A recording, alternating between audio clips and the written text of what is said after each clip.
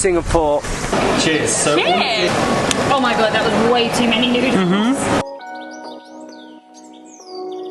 One.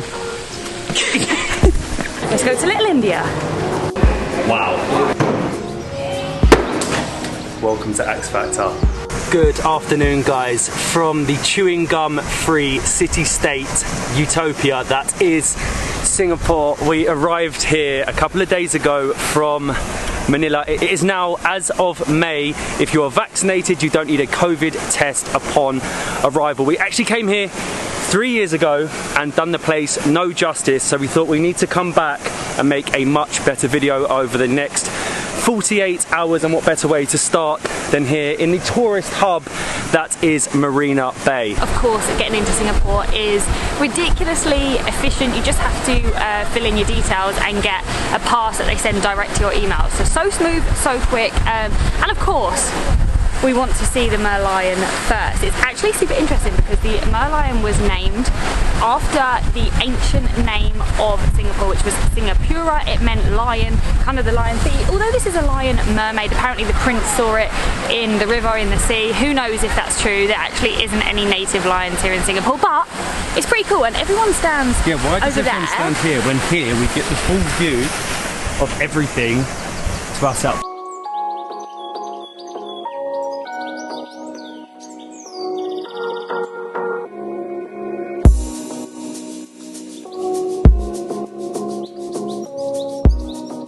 I find the merlion such a novelty. I mean, it's a cool thing to look at and get a quick photo of, but it is always so busy. Also, the good thing about Singapore right now is no masks when outside. I think when you go inside, you do have to wear them, but we're walking away from the Marina Bay area and we're actually heading to Chinatown. Singapore is a melting pot of cultures. You've got a lot of Chinese, Malay, Indian, and we need to check out all of them areas. So we also need some food, and I think Chinatown has the biggest hawker centre, which is sort of like the local street food area. They've got many of them, but the biggest one is in Chinatown.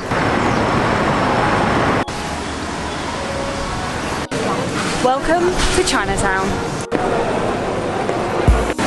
I am so excited to eat. Can I have one soy sauce chicken noodle, please? This looks good.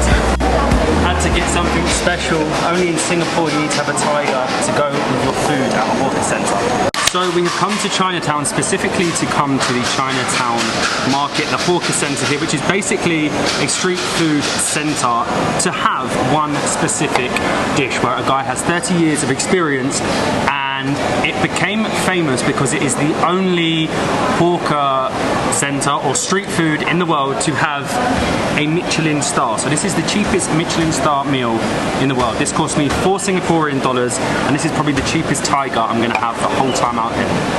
In this series, we have actually partnered up with Skyscanner to give you some tips and tricks on how to find last-minute deals or even finding deals for under £100. We use Skyscanner all the time. That can be for booking our long-haul flights or for our short-haul flights, but we definitely want to show you how you can find your trips at under £100. So I have just gone onto Skyscanner and put from London, and I've used the Explore Everywhere button, which is also one of our favourites, because if you aren't sure where you want to go, you can just search everywhere and decide which country is the best or the cheapest for you to visit. So for me, I've selected a random date, and for under £100 I can fly to a list of countries. I won't name them all, but for example, I can get myself to Montenegro for £70, or I can even go to Italy for £38. So by using Skyscanner and the Explore Everywhere, I've managed to narrow it down to about 20 countries that I can visit for under £100. Also, you can use Skyscanner to book your last-minute trip, and it helps you be that little bit spontaneous. None of us have been able to travel spontaneously for the last couple of years. Now, I'm not telling you to go and quit your job, but say you have a week off work and all of a sudden decide you want to head on your next city break, you can just chuck in the dates, even if it is the next day, and with one simple click of a button, you're heading on your next vacation. As Matt said, we're not telling you to go and quit your jobs, but we are telling you to let go of your inhibitions and let Skyscanner guide you, search everywhere, find your trip, find your city break, and have the best time. Thank you Skyscanner for sponsoring part of our series, and hope you enjoy searching for your next trip. Cheers. So Cheers. all of this came to $7 Singaporean, about $4 American, €4, Wow, £3. that's actually so good. There's a reason why you come to a hawker centre, but I'm very excited for this. The queue was very long. We were waiting for a long time, and essentially you can have it with noodles or rice, and it's like this glazed chicken that you can see them chopping. We got noodles because both are just as famous. This chicken is crazy. You know they don't have knives, right? It's plastic. That's hard to cut. Right. So I've got this fresh chicken, these noodles. We should have probably got chopsticks. Everyone's going to be looking at us like, what the hell? Do you know it's our first ever Michelin star meal? Oh my god.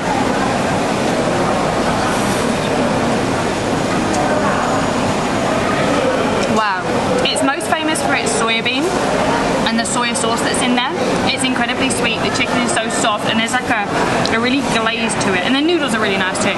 Singapore always seems to get this title that it is this fancy, over-expensive city, state, country, but it is the case in some places. But with the hawker centres, the food quality is so good. So the Singapore government goes round and they assess everywhere. So they all have a food hygiene level, and you can literally have a meal for like £2 English rather than going to a fancy hotel or fancy restaurant and probably paying upwards of £100. Oh my god, that was way too many noodles. Oh, that was much quicker than me. Very sweet. The chicken's really soft, it's really sweet. It is like completely drowning in soy sauce. Hello. Thank you. Restaurant. From one of the cheapest beers in Singapore to one of the more expensive. Cheers. From level 33. This is the highest microbrewery in the world and probably the coolest sky bar in all of Singapore. We were going to go on top of Marina Bay Sands, but this is a cheaper alternative with the much better view and a proper beer. I think this was around 15 Singaporean, and we also have a tasting set on the way. They have arrived. This is so cool. They actually brew it up here on the 33rd floor. I don't know how they get all the ingredients up, but I'm going to try the stout first. Being that I am now, since Eastern Europe, I've become a stout drinker. I don't know why, but oh, it's good. Chocolatey, coffee notes, exactly how you want it, and I don't even know where to start with these 5. First of many. Thank you. So this is the seasonal beer. I've forgotten what one she said it was. I love this. It's not your typical cocktail bar, is it? A brewery rooftop fusion. This is just what we like to do as well. Very unique, very different, and that is really nice. Do you know what? I totally didn't expect to be sat in Singapore on a rooftop drinking craft beer. So we've had our beers on the rooftop, and we've decided that it was a good idea for me to get onto a rock for the best viewpoint, and I've ruined my... This is the funniest thing ever. So we are by the Super Tree Grove at Marina Bay Sands, and we read that there's this cool rock in the middle of a lily pond. I've ruined my trainers. To get a photo, but Molly has sort of fallen in the pond. How am I getting across? Do not have a beer beforehand. How am I getting across? Just jump. I've got to film this anyway. Ready? You can do it. 3, 2, 1. You're alive. This is an absolutely beautiful backdrop though, but don't get on there. That rock is not supported and you'll fall in, but amazing. Marina Bay Sands, Super Tree Grove, wet foot. Hello. Hello. Thank you. Okay. I still haven't recovered from my wet foot. However, we have come up to the top of the OCBC Skyway. It basically overlooks the trees that I was trying to get a good photo in front of, but accidentally fell into the pond. And it actually cost us around £10, so 16 Singaporean dollars. Not bad considering you get to walk on this like suspension bridge, which is not so busy, right? Pretty crazy. We actually came up here 3 years ago when it was dark, so it's nice to come up during the sort of sunset that we have. But Gardens by the Bay was basically built to make Singapore a greener city, and it's definitely done this. It's got these huge super trees, the Super Tree Grove that we're up now, which are like 20 to 25 meters high. filled with thousands, I think 150,000 plants or something in all of them, and the views are just so worth it.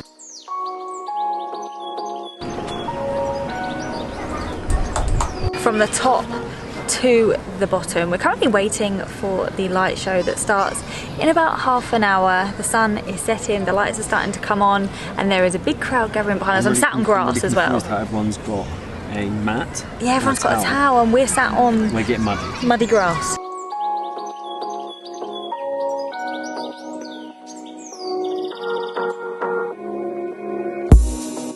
The Super Tree Grove show is so impressive. If you're only in Singapore for a couple of days, even one day, make sure that that is top of your list of things to do. We've come into Gluttons Bay, which is sort of like a cross between a hawker centre and sort of like an outdoor street food market, and it has literally everything. It has really cheap beer, so these are only like 6 Singaporean, and it's got so many different things. So we've got like Muslim Indian food to start. So we've got some breads, some sort of dip, and then we've got the nasi goreng on the way.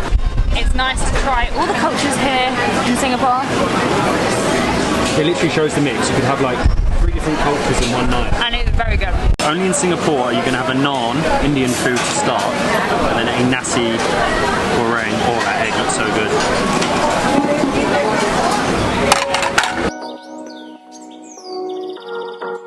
What a perfect way to start the morning here in Singapore. Good morning, guys, and welcome to our tropical oasis away from the city. Last night was very good. The whole day actually was really good, and the food is so good. A hawker centre is the best way to try the traditional food, but also to save money. As I said, I'm in my tropical oasis right now in my pool here at the hotel. We're staying at the Lloyd's Inn. I really need to kind of drag myself out of this so that we can give you a room tour. To fit with the tropical oasis, I have my kimono on. I actually really like a kimono. I don't know why I've never got one, but I don't know if I'm meant to wear that. I'm not putting. I think this is actually meant to be yours, but I like this one. So let me give you a room tour. So I love this bed actually. It's like a floating bed, wooden, very clean.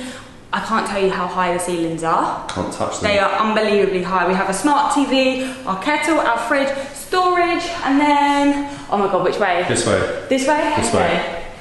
It might steam up the camera because it is warm, but we have an outdoor bathroom. Honestly, one of the coolest things ever that leads round to... Oh, that bath. A huge best bath ever.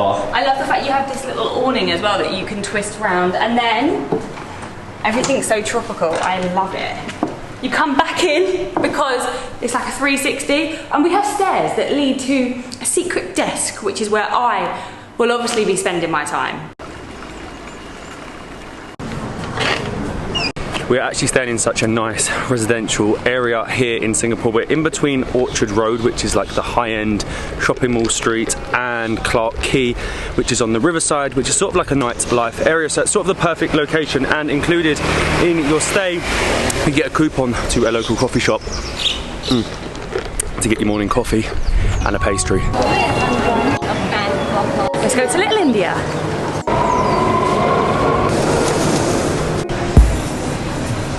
And welcome to Little India. Straight away, the smells, the sights, you take it all in. This basically dates back to around the 18th century when there used to be a race course here, so a lot of people come for the racing, and then the trade turned into the cattle trade. So a lot of Indians came here trading cattle, and now it's this hustle bustle, little mini India, and what better to come here for than food? The best food in the world. Indian food is by a mile. Let's eat. Thank you. Thank you. This looks so good. Oh my god, there is a hell of a lot of food going on here. Wow. Wow, I don't even know what to say. We have come to the Madras New Woodlands, which is actually really famous for their VIP thali, and the thali is basically like a mixture of Indian dishes. Thank you so much. And we have a sweet lassi, which is like a yogurt drink, basically to soothe it. This is South Indian food. We actually had dosas before. In Goa, that's huge. But we have never had one this big. I'm going to start with the dosa actually. Break it up. Oh my god. What's like spoiling it? It's been a long time since we've eaten with our hands. What should I try first? Wow. Oh my god. Ready? Yeah. it's spicy. Wow. That is so good. Can we just appreciate the size of their VIP thali? Basically, a thali is like a range of different small dishes and curries with breads and rice, and it basically is a biryani. Let me break some bread. I don't even know which to start with. I think I'm going to do the chickpea, and I might try the aloo, because the aloo is looking at me. This is a messy job. That is so good. We've got like, I think 12 to 13 different mini dishes here. I don't know how I'm going to finish it all. Oh, and a lassi to wash it down. This is becoming really messy. We're just throwing everything in the middle. I think that's how you're supposed to do it. I mean, I don't remember having rice on the last thali we had in India many years ago, but I'm loving the messy The mix and the mess. That was as good as Indian food gets outside of India, and actually so affordable for like a huge thali, which could feed like 4 people. It was only 10 Singaporeans, about 5, I don't know why I need to show you the 5 with my fingers, the 5 English pounds. We've actually now headed like way out of the city. The metro is actually quite easy to work. Once you figure it out, you can pay by your Visa or your MasterCard, and it's like 1 to 2 Singaporean dollars a trip. I have no idea where we've headed to. What area is this, Molly?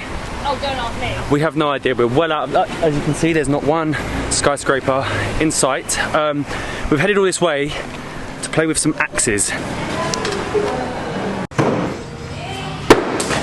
Welcome to Axe Factor. This is the most unique place ever. But when we found this online, we were like, we need to come. I've seen videos in like America, but I didn't know they had it in Singapore, and that is That's it. Oh my god. one of many bullseyes. Apparently 5, 4, 3, 2, and we'll just say if you miss 1, you need to have a go, Molly. I'm actually scared to be holding an axe. I'm a little bit scared. Does that count as a point?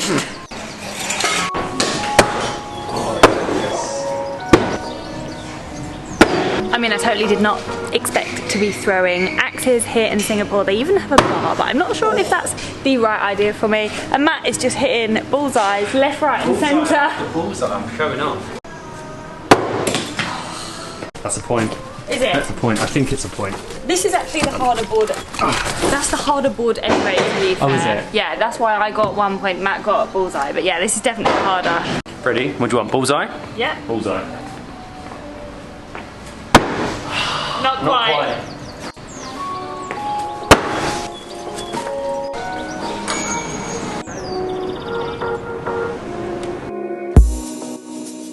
Cheers. That was so much fun. So if you want to find Axe Factor, head to Grandstand Mall and axe away. Throw as many as you want. I definitely wasn't having a beer in there. I'd end up taking someone's head off, but we have come to Over Easy. We were hunting for a reasonably priced Singapore sling. So the Singapore sling is obviously the famous cocktail of Singapore. You can't come here without it. It originates from the Raffles Hotel in 1915 when women actually weren't allowed to drink back then. So that's crazy, isn't it? Crazy, right? So they made it so it looks a bit like a fruit punch. They didn't know they were drinking alcohol. Raffles' most expensive place, a little bit too expensive and doesn't get a view like this. These have to be the most expensive cocktails you can find anywhere. In Raffles, I think it's 35 Singaporean. This was 23 for like 2-3 sips. I don't actually know where you can find. You need to find a street food Singapore sling. That would be the target. And on Singapore Airlines, actually, on the way out to Singapore, you get unlimited Singapore slings for free after you paid for the flight, if that makes any sense. 23 Singaporean dollars. Crazy. And that was 48 hours in Singapore, and we didn't even scratch the surface. So many people come just for a layover to see like the main sights of the city, but there is so much more to see and do. Them Singapore slings last night at Over Easy, overpriced slightly. £32 for 2 cocktails is a lot. So if you come to Singapore, maybe just have 1 Singapore sling, because if you went to Raffles where they originate, you'd be looking more at £50 English for 2 cocktails. But Singapore is a city of contrast. You've got them high-end luxury places to have cocktails, but you can also go to a hawker centre and have amazing traditional food and a beer for like £4 English, which is amazing. It really is the city of the future, and it keeps progressing. 3 years since we last come, and there's more buildings going up. Such a cool place, so fast-paced, so much more to see. We're actually doing something a little bit different in our next video, heading somewhere that we didn't even know existed in Singapore, which is really, really cool. Remember, it's made up of 64 islands, not just one. My wallet is slightly hurting, but it is so much fun here, hence why we have extended a little bit more to see a few more things in the city. So stay tuned for that, and we'll see you in the next one.